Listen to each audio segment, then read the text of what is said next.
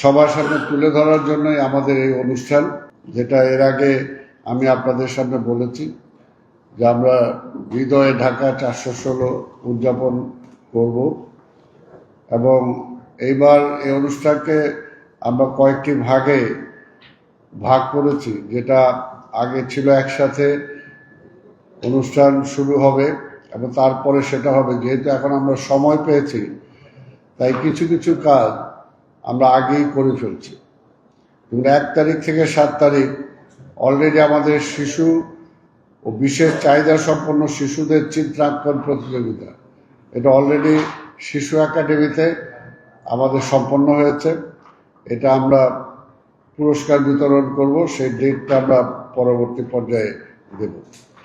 2 তারিখ থেকে 6 তারিখ চ্যানেল আইয়ের ব্যবস্থাপনায় ঢাকা চলচ্চিত্রে 70 বছর পূর্তি উৎসব উপলক্ষে পোস্টার প্রদর্শনী হয়েছে এবং সেটা উদ্বোধন করেছি আমি। 14ই আগস্ট আমাদের আগামী যে 14ই আগস্ট, এই 14ই আগস্ট সকাল 7টায় Dhaka heritage cycle rally Dhaka gate থেকে ঘুরে এসে, মানে পুরনো ঢাকা ঘুরে এসে আবার নগর ভবনে এসে এটা শেষ হবে এখানে। এটা মাননীয় সড়ক পরিবহন ও মহাসড়ক বিভাগের প্রতিমন্ত্রী এখানে প্রধান অতিথি হিসাবে উপস্থিত থাকবেন। 15 তারিখ ঢাকা হেরিটেজ রান মতিঝিল শাপলা চত্বর থেকে বুড়িগঙ্গা মঞ্চ অর্থাৎ সোয়ারি ঘাট এখানে যাবে। এটার প্রধান অতিথি থাকবেন মাননীয় প্রতিমন্ত্রী যুব ক্রীড়া মন্ত্রণালয়। 16 তারিখে বিকেল 5টায় আমাদের ঢাকার উপর নির্মিত মঞ্চনাটক 16 থেকে 22 এটা হবে। এই নাট্য উৎসব প্রধান অতিথি এটা হলো আমি থাকবো সেখানে, এবং আমার সাথে ঢাকার সাথে এমপি সাহেব থাকবেন। 21 তারিখ ঐতিহ্যবাহী নৌকা বাইচ, এটা 3টার সময়, আর ওই যে মঞ্চনাটক যেটা সেটা 5টার সময়। নৌকা বাইচ অনুষ্ঠিত হবে বুড়িগঙ্গা নদীতে, এবং সেটাতে প্রধান অতিথি হিসেবে উপস্থিত থাকবেন মাননীয় নৌ ও রেল সেতু মন্ত্রণালয়ের মাননীয় মন্ত্রী। 21 থেকে 30 পর্যন্ত এটা আমার বিপণী বিতানগুলো এর মধ্যেও কিছু জায়গা করেছে, বাকিগুলো আমরা ডিসকাউন্টের বিক্রির জন্য আমরা বলেছি। 21 থেকে 30 তারিখ আরেকটা আছে, love letter to Dhaka, Dhaka নিয়ে নাগরিকদের আবেগ ও ভালোবাসার চিঠি। এবং 21 থেকে 28 ঢাকার উপর নির্মিত মঞ্চনাটক, এটা মাননীয় মন্ত্রী সংস্কৃতি বিষয়ক মন্ত্রণালয় থাকবেন।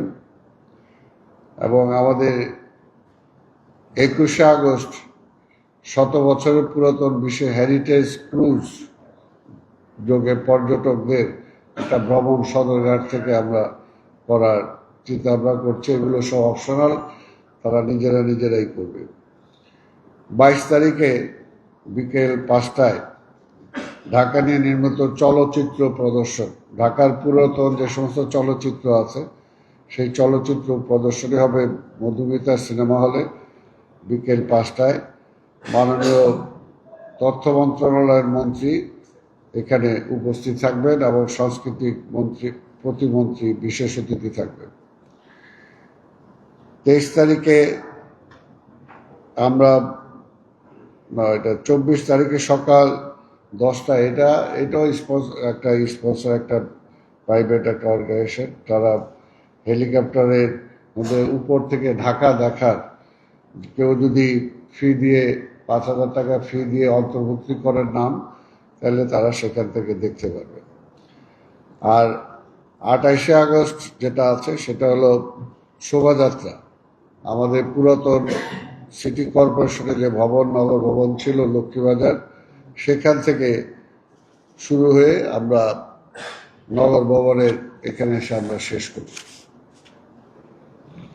আর আমাদের ফাইনাল যে প্রোগ্রাম সেটা হলো 29 তারিখে বিকেল 4টায় লালবাগের কেল্লায় এখানে অনুষ্ঠিত হবে। মাননীয় প্রধানমন্ত্রী এখানে সদয় সম্মতি জ্ঞাপন করেছেন যে উনি সেখানে উপস্থিত থাকবেন, এবং আমাদের মাননীয় প্রতিমন্ত্রী এবং আমাদের উত্তরের প্রশাসক তারাও এখানে উপস্থিত থাকবে। এখানে মূল যে আমাদের প্রোগ্রামটা, সেই প্রোগ্রামটা সেখানে উপস্থিত আমরা করার জন্য আমরা চেষ্টা করব। এখানে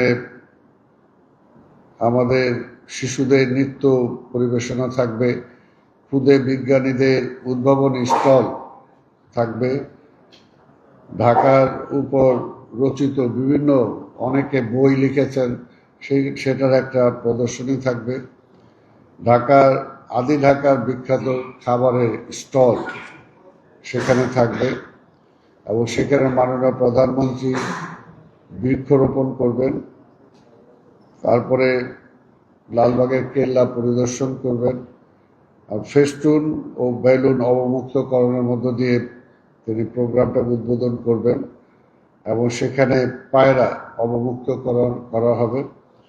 আদি ঢাকার ঐতিহ্য ঘুড়ি উৎসব সেখানে উদ্বোধন হবে, আর ওইখান থেকেই আবার ওইদিন ক্লিন ঢাকা, গ্রিন ঢাকার ও বিশেষ মশক নিয়ন্ত্রণ কার্যক্রমেরও তিনি সেখানে উদ্বোধন করবেন, যেটা উনি করার সাথে সাথে প্রতিটি ওয়ার্ডে আমাদের সেই প্রোগ্রামটা হবে। এই হলো সেদিন আমাদের প্রোগ্রাম।